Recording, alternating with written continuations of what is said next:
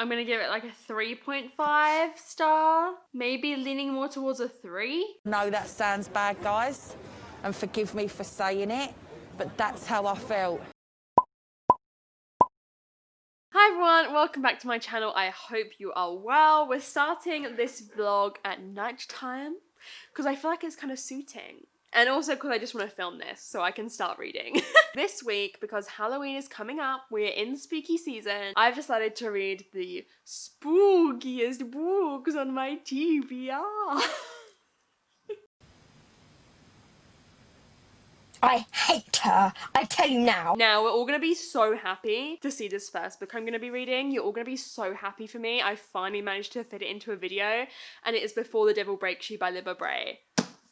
Are we relieved? Yes! I have been trying to fit this into a reading vlog for like 10 years and haven't been able to read it because I haven't been able to, but this is spooky! So this is the third in the Diviner series. Don't worry, I will keep it spoiler free for the whole series. This is about people in 1920s New York with like supernatural powers. Evie, our protagonist, can pick up an object and kind of see the history or what has just happened with that object. The second one like blew the world open so much. I was listening to a writing podcast today and I found out that Libba Bray had written like 18 outlines to book 2 because she was in a writing slump or something, but book 2 was so good. Like the way it dealt with dreams and introducing new evils was really cool. So this is obviously called Before the Devil Breaks You, so I'm very intrigued as to where it's gonna go.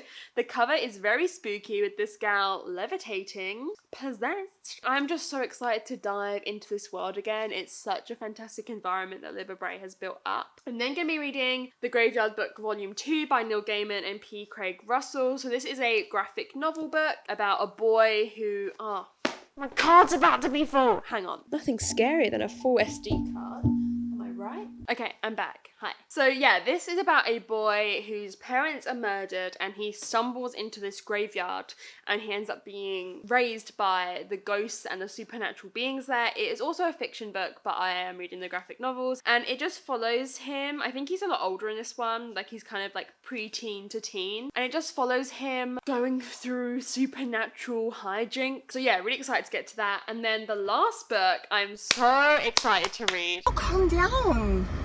Calm down. I'm gonna be able to read this if it arrives in time. It's on its way, and that is Home Before Dark by Riley Sager. This came out a couple months ago now, and it is a thriller. I really enjoyed his last one, Lock Every Door. I gave it 4 stars. A big reason that it was 4 stars and not anything higher was because I predicted like a vital element of it literally from like the first 10 pages, which was really annoying. But I loved his writing style and his pacing and his characters and his concepts. So I believe this is about a house that is kind of haunted. I'm gonna go start Before the Devil Breaks You. I am so excited to read this.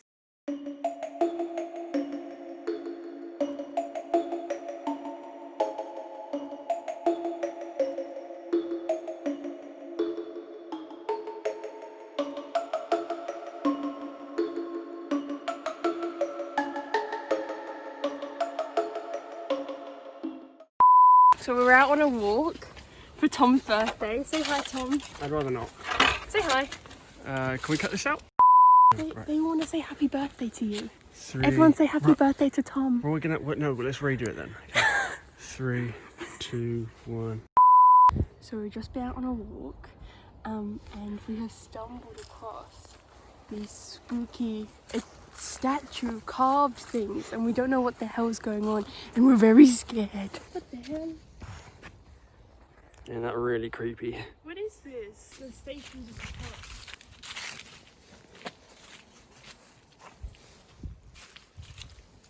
It's quite creepy. It's in the middle of nowhere. Yeah. Like we are literally in the middle of nowhere. Like there's just sheep all around us. And then this. Okay, full disclosure, it's been like a week. I wouldn't call what I've been in a reading slump. Like I really wouldn't call it that. I found that comment to be very suspect. I just decided I didn't really want to read, but I decided I want to watch some TV. Like I never watch TV. I want to play some Pokemon with my boyfriend. Like I just want to do some other things. And so I just decided to give myself the freedom to do that. And I don't regret it. It was therapeutic for me. I don't regret it. So I wouldn't call it a slump, but I am going to have read much less books this month, like probably maybe about 7 or 8 rather than like 14, 13, 12. But I'm honestly okay with it. I'm shaking my head as I'm saying that, which a body language analyst would say I'm lying, but I promise you I'm not. I am only 120 pages into Before the Devil Breaks You. This is about our kind of Scooby gang of friends who, a lot of them are diviners, not all of them, but diviners are people who have this like special ability. This is set in the 1920s in New York, and from what I can gather, this isn't a spoiler for the other two, because it's kind of like a monster of the week in each book, and from what I can gather, the monster of the week in this one is going to be something to do with ghosts. I like it, but a lot of this first section was just setting the scene and predominantly reminding us what has happened in these previous 2 books. And like, I almost couldn't remember a lot of it. I was like, that happened?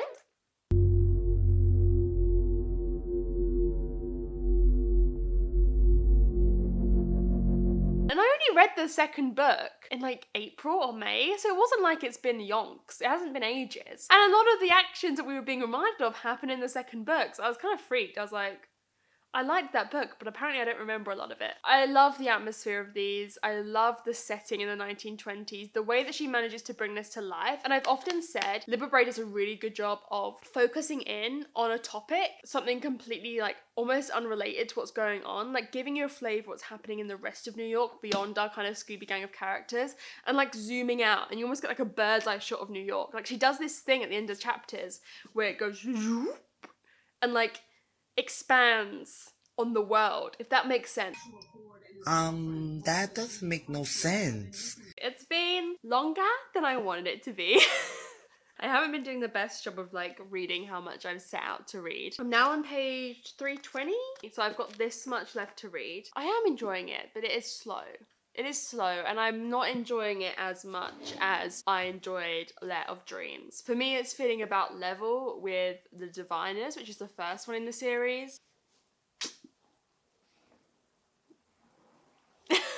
I think something that this is struggling with is the fact that in like The Diviners and Lair of Dreams, you had the monster of the week alongside this kind of dark allusion to the King of Crows, who you kind of figure out is going to be like the main villain throughout the whole of the series. And what this book is trying to do is trying to have a monster of the week while still preparing you for like what I'm assuming is the kind of end villain of the King of Crows in the last book. And I think it's struggling with that a bit. Like, it's kind of having to do half and half, and it means that the monster of the week, these ghosts, isn't that engaging. And I think another problem as well is that this book isn't really focusing on any of our characters like the previous 2 have done. I would say the first one was very focused on Evie, and then book 2 was more focused on Henry and Ling. This one doesn't really have that. At first I thought it was going to be Mabel, now it's kind of Jericho, then it's Theta. All of the diviners fighting to be the star of the show in this book. Oh, Rue, me, pick me, look, pick me, look, pick me, look, pick me. And none of them are fully getting that shine, and we're having a lot of scenes with all of the diviners together, and I just kind of think they almost don't work as well when it's just this big group of people like cutting in, because obviously now you're supposed to know their personalities, but like, I'm kind of bored. It's the truth. I love what this book is saying about like the American dream and the kind of false promises that were given to people in America in this time period, but it's not as good as Lair of Dreams for me. Here's the thing, like when I'm going into a book expecting something and then I don't, I guess I focus more on the negatives when I'm speaking to you about it. Like, I still love the characters, I love their dynamic, I think this is really well written, I think the kind of atmosphere and the imagery it creates is wonderful, but that's not as interesting as like bitching about the parts I don't like. Things keep happening, like things keep being discovered like 30 pages before they then come to kind of this revelation, and it's so obvious. Like, things are really convenient. Like, a character will just appear at this most convenient time. I'm like, when did you turn up? Like, since when are you here? Or like someone will stumble across something and then like 30 pages later we'll be like, well, that was obviously that. Everything is so convenient. I like it in books when you kind of get led down a lot of different paths and some are dead ends. Like, we're kind of going down one path. Do you know what I mean? I feel like that's what Lair of Dreams did really well, is having these different paths that like either go unanswered to go answered later or just like false leads. Whereas it just feels like we're steaming straight ahead in this. Where's the flavor? Where's the flavor in this? I wish we could spend more time with someone like Theta or Jericho, like getting to know them more. I thought that's what Lair of Dreams did so well, how we got to really know Henry and Ling. And like, obviously Ling was a new character in that, and Henry had been very much a background character in book one. It's what it did so well, like really getting us to know them. I do want to try and finish it tonight. I don't have too much to do. I need to go do some stuff for the $1,000 readathon. I need to put my paths on the end screens. The $1,000 readathon will have started by the time this video comes up, so you can go check out my first prompt and come and join us if you want. So I need to go sort out all my pathways so that everything's right when you click through all your different choices. I think it's gonna be good to take a bit of a break, and then I'm gonna come back and hopefully finish it tonight. I'm gonna try. I'm really gonna try really hard. That's not happening. All right.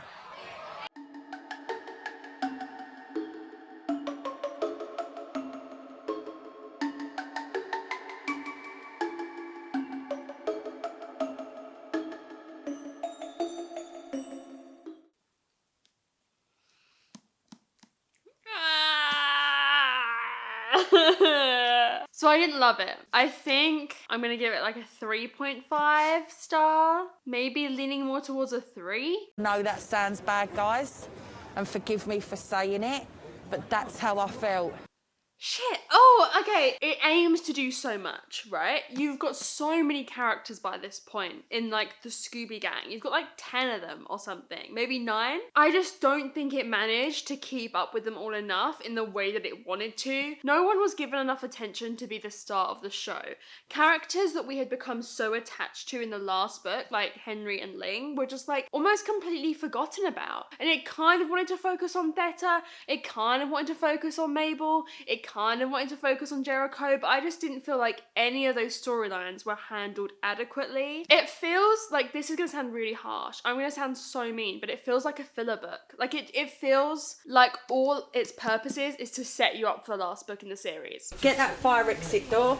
I'm off. It kind of feels like she had an idea of how the series would end, and because she had so many ideas, she split it into 2 books. It feels like half a book. Like, it's probably really harsh. And yes, I did shed a tear at the end, but like, I cry at everything, we know that. So like, it's not that big a deal. Everything that I've said that I love about this still applies. I love the found family. I love all the characters. I think all the characters are really vivid. I just feel like none of them were paid adequate attention or care in this book. I'm happy I've made progress with this series. I do want to get King of Crows. I don't have it currently, but I do want to get it and just read it pretty soon, just to be like done with the series so that I finished it. Not because like I'm not excited for the final book. I think the final book could do what I want it to do.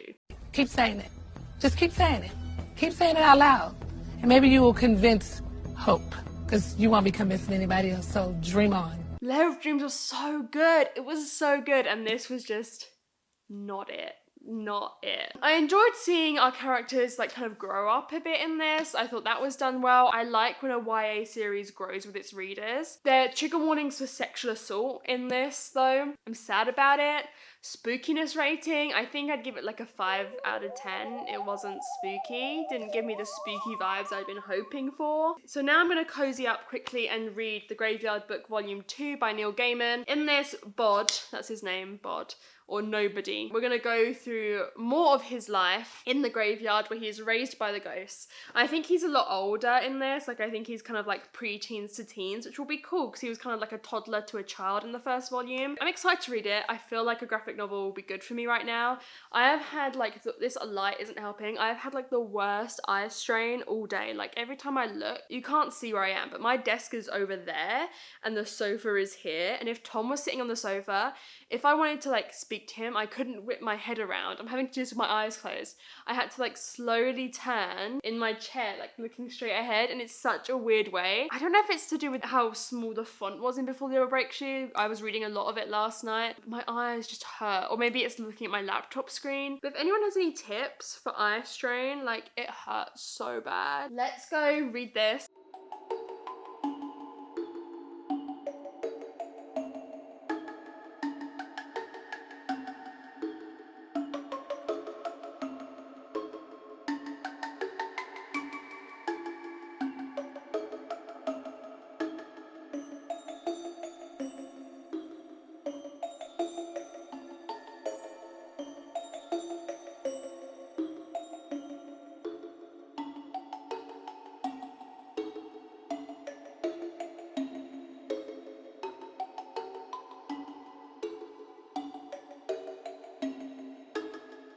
I just finished volume 2 of The Graveyard Book by Neil Gaiman, and I really enjoyed it. I'm gonna give it 4 stars. I think I gave volume 1 maybe 4.5. I didn't enjoy it quite as much. I think there was something a little bit more charming about reading about Bod when he was like a younger kid. It was still interesting to see him growing up into like a young man. I really love this kind of ghostly story. I love how we have ghosts from all these different time periods, and the way they all interact with Bod is really, really fun. Silas is a great character, his guardian. He's like a really cold and aloof and mysterious character who we never truly get to know. I love him. I think he's a great character. It's a really funny graphic novel. Like, you probably saw me laughing loads in the clip. Like, it's so funny. Neil Gaiman's humor is so good. It still has that spooky element. You are in this graveyard with all these ghosts. Like, it still feels very spooky, but it feels light and fun. I would say like the drawing style isn't my favorite, but it's definitely for its fan group, I would say. Like, I think fans of Neil Gaiman would like this more comic book strip style. I like more like cutesy Heartstopper style drawings, but you're not gonna see that here. Heartstopper talking to all the comic strip style graphic novels. I want to know, what does it feel like to be so goddamn ugly? Can you imagine if like all the ghosts were like, I really enjoyed it. I'd give it a 7 spooky rating, because like the ghosts are everywhere. The ghosts are all over the place, you know, so it's spooky in that sense, but it's not scary. Yeah, I would definitely recommend these 2 graphic novels. They're really fun, really easy, and really enjoyed them. I'm glad that I have finished this now. So now I am going to go start Home Before Dark by Rayleigh Sagar. Did I show you this had arrived in this vlog? I don't think I even did that. It arrived. It's pathetic. You are pathetic.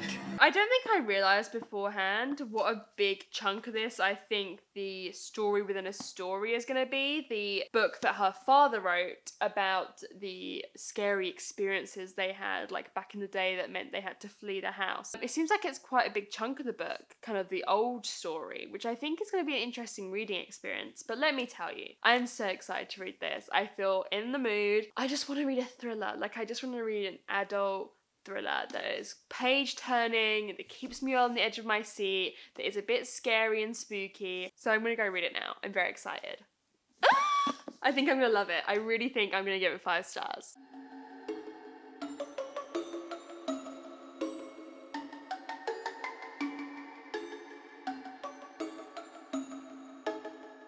Okay, this is Megan from the future popping back in quickly to give you a synopsis of this book, because I've given the synopsis in so many videos. I think I just assumed I'd done it in this one, but I hadn't. The level of unprofessionalism, far too much. So essentially, our protagonist, her family lived at this house for 20 days before they fled in the night. And her father went on to write a ghost story book about the events that happened. They claimed they left because it was haunted, and she's basically been followed by this book throughout the rest of her life. And now her father has died, and she finds out that the house is actually still in his possession, and so she needs to now sell it. And so the story cuts back and forth between the book that he wrote and the present day of her trying to figure out what the truth is, why her family had never been truly honest with her. Bye, back to the past Megan now. Morning. I didn't actually read any last night because, hang on, am I even focused? Oh yeah, I kind of was. My eyes just got like too bad, like they hurt so bad. And I was hoping I'd wake up this morning and it would be better, but they're not. I have read up to page 96, so I've read kind of like the first quarter. The book's just under 400 pages, and I'm really enjoying it. It is a good amount of skepticism, like, going into it. Like, our protagonist doesn't believe in ghosts, she doesn't believe any of these things happened, she cannot remember a single thing, which I think there's something up with that. Like, that's my theory, because, like, I can remember things from when I was 4 or 5. Like, not a lot, but, like, snippets, screenshots almost. But she says she can't remember living in that house at all. And I just think, if you spent 20 days living in this, like, weird gothic house, you'd remember something of it. I'm calling bullshit there. I think something's going on with that. Wait a minute. I'm figuring this out. I'm like Scooby and Shaggy. I'm solving a mystery. But things are just starting to get spooky. Like the kind of like tide is just starting to turn. And I'm actually really, really enjoying the combination of the present day and the sections of her dad's book. I think it creates this really cool vibe to it. It makes it even more spooky, and I thought I wouldn't enjoy it. I thought I would feel disconnected to one or the other, but I'm looking forward to both parts equally and for different reasons. So I think that's actually going to work really well, touch wood. It does remind me of Haunting of Hill House though, so much. Like to the point I'm imagining it as Hill House. And I'm guessing, I think like the story is now going to diverge and it's not going to be similar, but it is so similar. Like I'm kind of imagining the dad as the dad. I'm like, Riley Sager, you did not have enough time, surely. I suppose it's been 2 years. He could have got the idea from Hill House. Maybe. Maybe he did. Maybe the Hill House sparked his imagination. You're so creative. Where do you get your inspiration? God and the gays. I'm really intrigued to see where this is gonna go. I really like Riley Sager's writing. Reading this, like straight away, I'm just like, okay, now I've got to read his backlist. Like, I'm gonna go put his books on my wish list. Like, I want to read his backlist. I do want it. I really want it. I really want it to be ghostly. Like, I really want it to be supernatural. I don't know if it will be because I don't think he's done anything supernatural before, but I want it to be supernatural so bad. Like, I think because I'm in that spooky mood, I just want it to be ghosts. Like, I want there to be murderous ghosts. Please. I think it has to be. It feels a lot more spooky than I can't say what other books, but like other thrillers I've read before that have that supernatural element to it where you're thinking, oh, is it a ghost or is it a person? Those other books had things that could more easily be explained away, whereas already I think we're seeing things that can't be as easily explained away. So I'm very excited to hopefully read the rest of this today. I read that first chunk really quickly this morning. I'm now going to go and do some uni work because I actually have to do that. Electric Monkey Books very kindly sent me Shine by Jessica Jung. She is a former K-pop star, and this is like a K-pop YA contemporary of someone trying to join like a K-pop band and like going through the training for that. They very kindly sent me this, and it also came with face masks. I've already used one of them last night, and I'm really excited to get to this. This is another thing I'm thinking, maybe I'll pick up in the read-along. You know, a contemporary, only over 300 pages, read-along, readathon, 1,000 doors readathon. I'm really thankful that you sent it to me. I'm really excited to get to it. I've actually seen a lot of people say really good things about it already. And then a subscriber, Catherine, very kindly reached out to me and asked if I wanted to be sent some of her bookmarks that she makes. She's just kind of started in quarantine her art store. So she does art prints, she does pet portraits, she does bookmarks, and as soon as she reached out to me, when I looked at her art, I was like, oh my god, I love it. So yeah, as soon as she asked me if I wanted to receive anything, I was like, yes, please. I will leave her Instagram and all her links down below if you like the look of this art and wanted to check it out. But yeah, I was so shook when she asked me if I wanted to receive some stuff. Oh my god, look at the little pig. Look at the little pig. Oh my god, she sent me way more stuff. Oh my god! Tom, come look. Look at all the stuff she sent me. That's a nice out. They're so nice. First I got this pack of stickers. I'll do some close-ups of all of these as well. I've got this print of an owl, which is just beautiful, and a print of a raven. Oh my god, these are so cute. And this is a heron, right? You said? I believe so. And then, oh, look at the bookmarks! Tied up in this nice little string. So we've got one bookmark that says, this book is raving mad. The next one is Foxing Hell. This book is good. Look at the fox. And then we've got this book is awesome with a tiger on it. Wow, this is so cool. Thank you so much, Catherine. She has sent me a card that says, below is your personal discount code. I didn't know she was going to be doing this, which you and your followers can use on shop items on my website at Etsy store. So the code is megwithbooks20. So I'll put that up on the screen as well, and I'll put it down in the description below, all her links. The quality of the bookmarks is so nice. They're so beautiful. I would really recommend you go and check this all out. Wow! Oh, I feel so lucky. This is so lovely of her. So make sure you go check it out and use the code to get a discount. And yeah, I'm gonna go now and do some uni work, and then I'll come back at you with some more thoughts on Home Before Dark a bit later. I didn't actually read as much of Home Before Dark yesterday as I wanted to. My eyes just got so bad. I had to like turn all the lights off, pull the blinds, and just like lie in bed.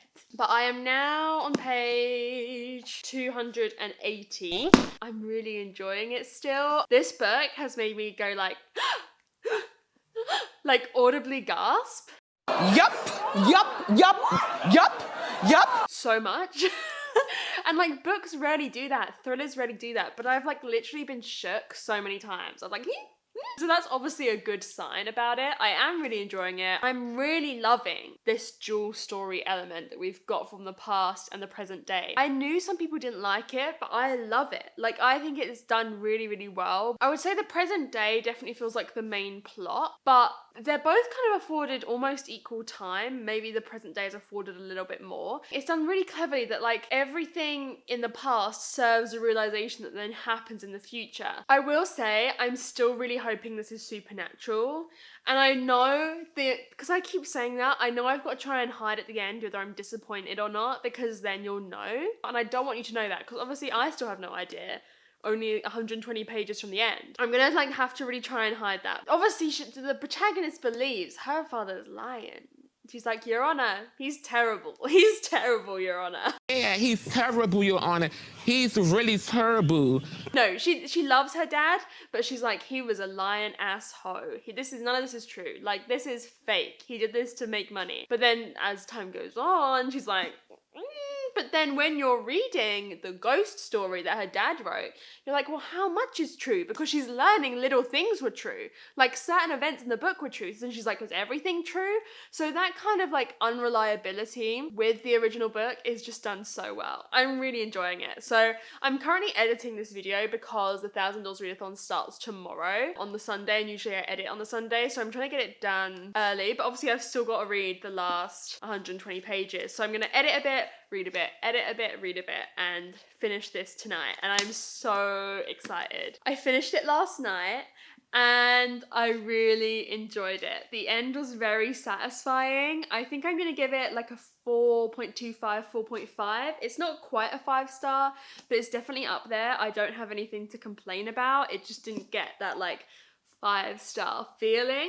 I have not been this tense reading an ending in a long time. You know, like when you reach the end of a thriller and you're barely even reading it, you're just like like eyes are just going back and forth on the page. I just devoured the ending. It was like pitch black in here. It was like 1 in the morning and I just had to find out what happened and I just had to finish it. I definitely prefer it to Lock Every Door. I think the vibes of it are immaculate. I love the haunted house setting, and I really, really loved the cutting back and forth between her dad's book and the present day. I don't think it would have worked as well if it didn't have that. I think it meshed the two together so well and they played off each other so well. I loved it. I would give it I'd give it a 9 spooky rating. And editing me is gonna hate me because I actually now do 9 ghosts on the screen, but like...